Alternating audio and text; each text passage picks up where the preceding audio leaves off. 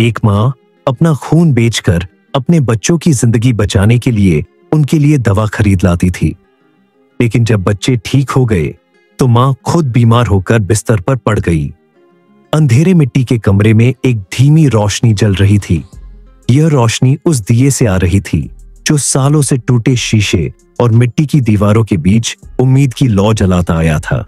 कमरे के फर्श पर एक पुरानी चटाई पर बैठी जैनब अपने दोनों बच्चों को शांतिपूर्वक सोते हुए देख रही थी। उसके चेहरे पर दर्द और ममता के मिले जुले भाव थे। जैनब एक गरीब ग्रामीण महिला थी जिसका पति कई साल पहले एक हादसे में चल बसा था। उसने अपने दो बच्चों अहमद और मरियम को माँ और बाप दोनों बनकर पाला था।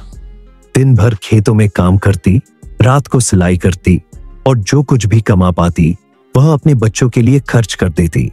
खुद अक्सर भूखी रहती, लेकिन अपने बच्चों की भूख के सामने अपनी तकलीफ को हमेशा अनदेखा कर देती। एक दिन अहमद और मरियम को अचानक तेज बुखार हो गया। गांव के हकीम ने कहा कि तुरंत दवा की जरूरत है, वरना दोनों की हालत बिगड़ सकती है। जैनब ने अपनी सारी जमा पूंजी निकाली, लेकिन दवा खरीदने के लिए पैसे नाकाफी थे। वह गांव के अमीर जमींदार के पास मदद मांगने गई, लेकिन उसने साफ इनकार कर दिया।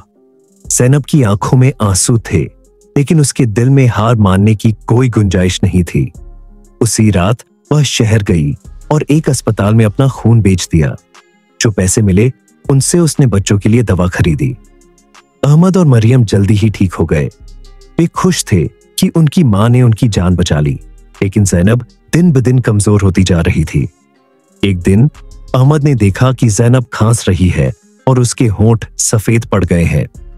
वह दौड़कर आया और बोला, अम्मी, आपको डॉक्टर के पास ले चलते हैं।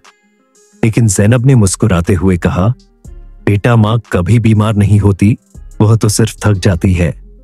कुछ दिनों बाद जैनब का शरीर इतना कमजोर हो गया कि वह बिस्तर से उठ भी नहीं सकी। अहमद और मरियम ने गांव वालों से मदद मांगी, लेकिन सबने मना कर दिया। जैनब जानती थी कि उसकी जिंदगी का समय पूरा हो चुका है।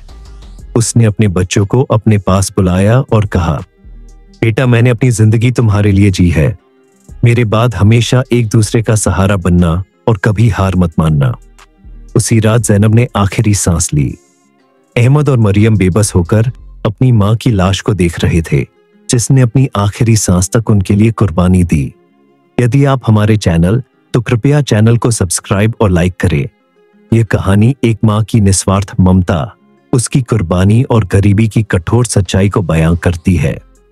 हर सुनने वाला इस कहानी में अपनी मां का प्यार और जीवन की कठिनाइयों को महसूस करेगा।